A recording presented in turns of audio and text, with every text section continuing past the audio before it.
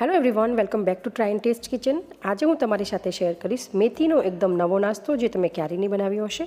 તો રેસીપીને એન્ડ સુધી જરૂર જોજો અને રેસીપી ગમે તો વિડીયોને લાઇક કરજો, શેર કરજો, ચેનલને સબસ્ક્રાઈબ કરી બાજુમાં પેલા બેલ આઇકન જરૂર પ્રેસ કરજો. તો ચાલો સ્ટાર્ટ કરીએ. મેથીનો નવો નાસ્તો બનાવવા માટે આપણે એક મિક્સિંગ બાઉલ લઈશું અને તેમાં 3/4 કપ જેટલો રવો લઈશું. રવોની જગ્યાએ તમારી પાસે સૂજી હોય તો તમે સૂજી પણ યુઝ કરી શકો છો. હવે આપણે અને વધુ ટેસ્ટી બનાવવા માટે 1/4 કપ બેસન ઉમેરીશું. બેસન ઉમેરવું એ ટોટલી ઓપ્શનલ છે, પણ બેસનથી એકદમ સરસ ટેસ્ટ આવશે. બેસન અને મેથીનું કોમ્બિનેશન એકદમ બેસ્ટ છે, તો બેસન ઉમેરવાથી આ નાસ્તાનો ટેસ્ટ ઘણો વધી જશે. સાથે આપણે અડધો કપ જેટલું દહીં ઉમેરવાનું છે. દહીં બહુ વધારે પડતું ખાટું ના હોય એનું ખાસ ધ્યાન રાખવું. ત્યારબાદ આપણે મેથીને કટ કરી લીધી છે, એને પાણી વડે ધોઈ લેવાની છે જેથી માટી હોય તો નીકળી જાય. ત્યારબાદ આપણે મેથીને ઉમેરી દઈશું. તો મેથીની ક્વોન્ટિટી અહીંયા વધારે રાખવાની છે, તો એપ્રોક્સિમેટલી મેં 1 થી 1.25 કપ જેટલી મેથી એડ કરી છે. સાથે અહીંયા મેં 2 મીડિયમ સાઇઝના બટેટા લીધા છે. હવે આપણે આ બટેટાને ખમણી લઈશું. અહીંયા આપણે કાચા જ બટેટા લેવાના છે. આ કાચા બટેટાનો ટેસ્ટ નાસ્તામાં ખૂબ જ સરસ આવશે. તો તમે જોઈ શકો છો કે મેં 2 બટેટા ખમણી લીધા છે. હવે આપણે બધું જ એકદમ સારી રીતે મિક્સ કરી લઈશું. અહીંયા આપણે પાણી ઉમેરવાનું નથી. દહીં, મેથી અને બટેટા ત્રણમાં પાણીનો ભાગ હોય છે. ત્યારબાદ હવે આપણે કવર કરી અને 10 મિનિટનો રેસ્ટ આપીશું.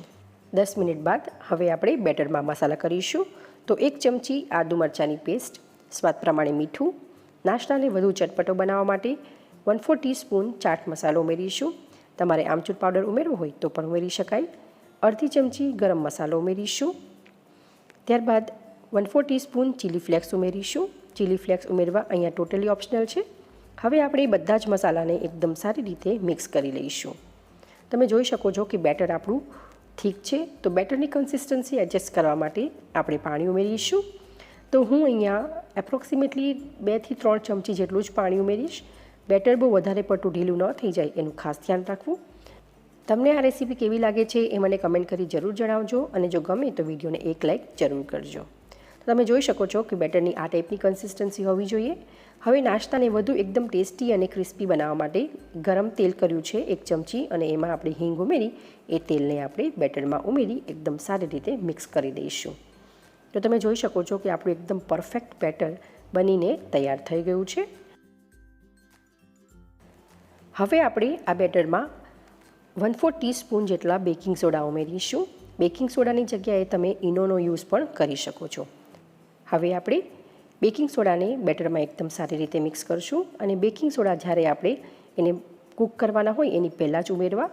ત્યારબાદ અહીંયા મેં એક ટીનને ઓઇલ વડે ગ્રીસ કરી લીધી છે. તેલ એડ કરી એને સારી રીતે ગ્રીસ કરી લેવાની છે. ત્યારબાદ આપણે બેટર ઉમેરી આ રીતે એને સ્પ્રેડ કરી ટેપ કરવાનું, જેથી અંદર હવા હોય તો નીકળી જાય. મેં સ્ટીમરમાં પાણી ઓલરેડી ગરમ કરવા માટે મૂકી દીધું હતું. હવે આપણે નાસ્તાની ટ્રેને સ્ટીમરમાં એડ કરી કવર કરી 15 થી 20 મિનિટ સુધી સ્ટીમ કરશું.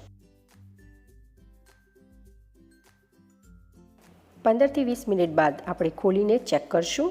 તો હાથ વડે ઉપર પહેલાં આ રીતે ટચ કરશું તો લોટ બિલકુલ સ્ટીક નથી થતો, એકદમ ડ્રાય છે. અને ચાકુ વડે પણ આપણે ચેક કરશું તો ચાકુ એકદમ ક્લીન બહાર આવે છે. એનો મતલબ કે આપણો નાસ્તો એકદમ તૈયાર થઈ ગયો છે. આપણે બહાર કાઢી એને ઠંડો કરી લઈશું. તો તમે જોઈ શકો છો એકદમ પરફેક્ટ આપણો નાસ્તો ઠંડો થઈ ગયો છે. હવે આપણે ચાકુ વડે સાઈડને આ રીતે અલગ કરી લેવાની છે.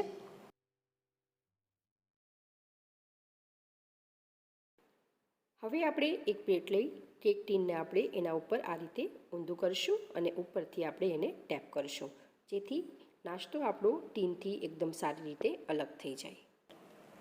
તો તમે જોઈ શકો છો કે નાસ્તો આપણો એકદમ સરસ ટીનથી અલગ થઈ ગયો છે અને નીચેથી એકદમ સરસ જાળીદાર બન્યો છે. હવે આપણે ફરીથી બીજી પ્લેટ ઉપર મૂકી આ રીતે એને સીધો કરી દેવાનું છે. તો એકદમ ટેસ્ટી એવો મેથીનો નાસ્તો આપણો તૈયાર છે. પણ હજુ આપણે એને વધુ ટેસ્ટી બનાવીશું. તો તેના માટે આપણે એને આ રીતે પીસીસમાં કટ કરવાના છે. તમારે જે શેપનો કટ કરવો હોય તમે એ શેપમાં કટ કરી શકો છો. તો તમે જોઈ શકો છો એકદમ સરસ સોફ્ટ સ્પોન્જી એવો આપણો મેથીનો નવો નાસ્તો બનીને તૈયાર છે. હવે આપણે આ નાસ્તાને વધુ ટેસ્ટી બનાવવા માટે પેનને ગેસ ઉપર ગરમ કરવા માટે મૂકીશું. તેમાં 1 મોટી ચમચી તેલ ઉમેરીશું. તેલ ગરમ થાય ત્યારબાદ તેમાં આપણે સફેદ તલ ઉમેરીશું. તમે રાઈ જીરું પણ ઉમેરી શકો છો. તલ ફૂટી જાય ત્યારબાદ હવે આપણે જે પીસીસ કર્યા હતા એને આપણે તેલમાં ઉમેરી સેલો ફ્રાય કરી લેવાના છે. તો બે સાઈડ એકદમ સરસ ગોલ્ડન ક્રિસ્પી થાય એવી રીતે આપણે સાઈડને ચેન્જ કરતાં નાસ્તાને સેલો ફ્રાય કરી લઈશું. તો તમે જોઈ શકો છો ખૂબ જ સરસ કલર આવી ગયો છે. તો જેને જોતાં જ ખાવાનું મન થઈ જાય એવો આપણો આ નવો મેથીનો નાસ્તો બનીને તૈયાર છે. તો તમે પણ ઘરે એકવાર આ રીતે બનાવજો અને કેવો બને છે એ મને કમેન્ટ કરી જરૂર જણાવજો.